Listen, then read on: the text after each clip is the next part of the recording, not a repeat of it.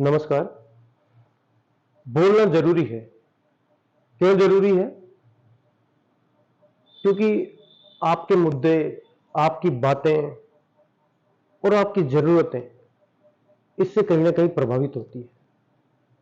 बोलना जरूरी है उन बातों के लिए जो कहीं ना कहीं आपको समाज के प्रति जिम्मेदार ठहराती है। बोलना जरूरी है उन सभी चीजों के लिए जो आपके अधिकार को प्रभावित करती हैं, जो आपकी न्याय की प्रक्रिया को गंभीर बनाती है।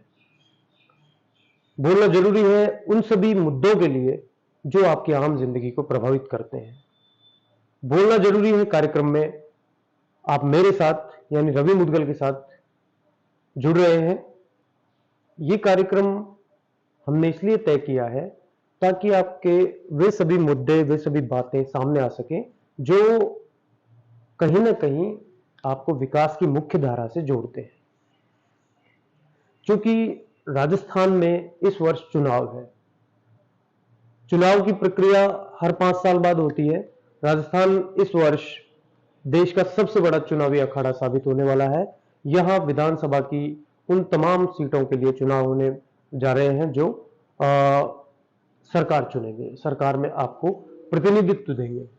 लेकिन कैसा प्रतिनिधित्व?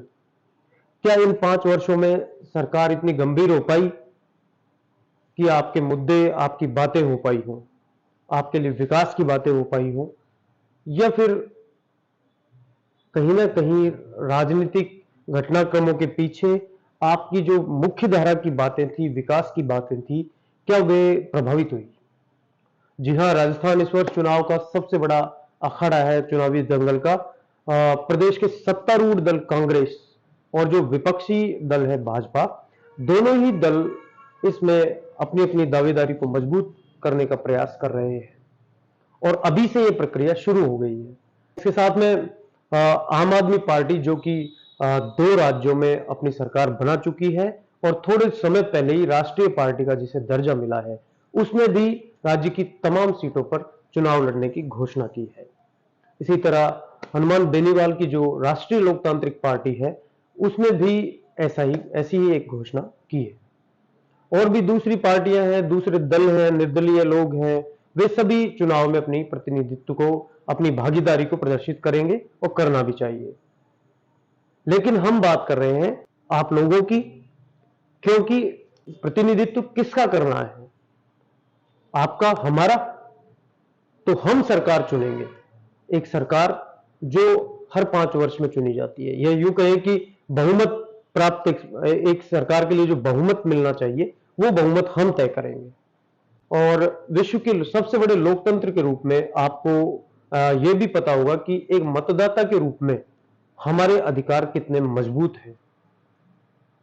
आप निश्चित रूप से इसके जवाब में हां कहेंगे, क्योंकि ये जो अवसर है, ये लोकतंत्र का उत्सव है। एक तरीके से, एक रूप में देखा जाए तो भारत एक उत्सवों, परंपराओं का देश है, जहां पे लोकतंत्र भी एक उत्सव का ही स्वरूप है। मतदान इसका एक बड़ा उत्सव है। जी हां, ये थोड़े समय बाद हमारे राज्य में मतदान होने की प्रक्रिया शुरू हो जाएगी। आचार संहिता जल्दी ही यहां पे लगने वाली है।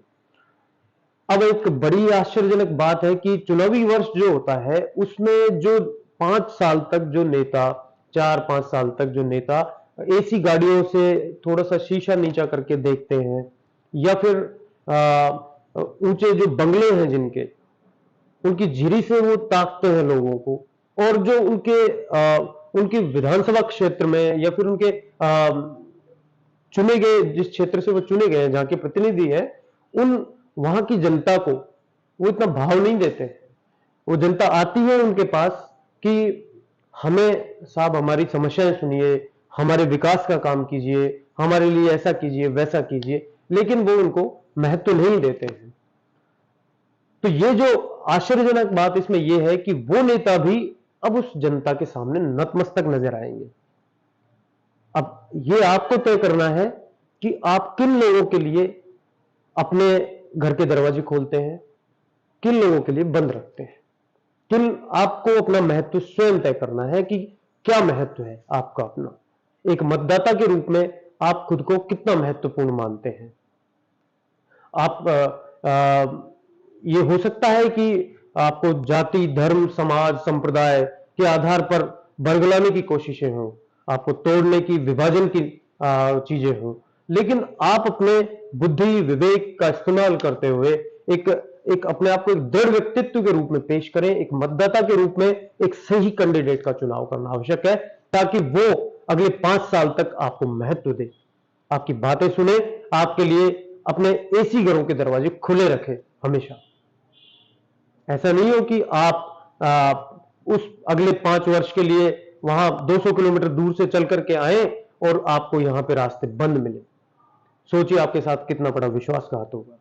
इस विश्वासघात को तोड़ने की आवश्यकता है। यह टूटेगा आपके एक वोट से।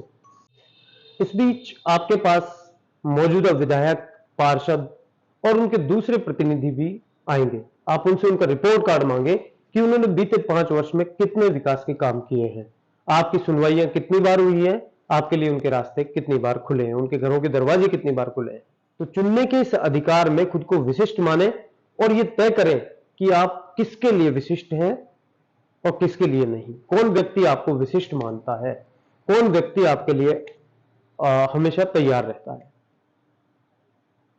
तो देखिए और तय कीजिए, अभी से एनालिसिस करें, अभी से विश्लेषण करें कि कौन से वे लोग हैं, कौन से जनप्रतिनिधि हैं या कौन से वे दल हैं जो आपके लिए काम करेंगे, आपके लिए विकास का काम करेंगे, और कौन से वो लोग हैं जो आपको बरगलाने की कोशिश करेंगे, आप पर दूसरे दुष्प्रभाव डालने की कोशिश करेंगे।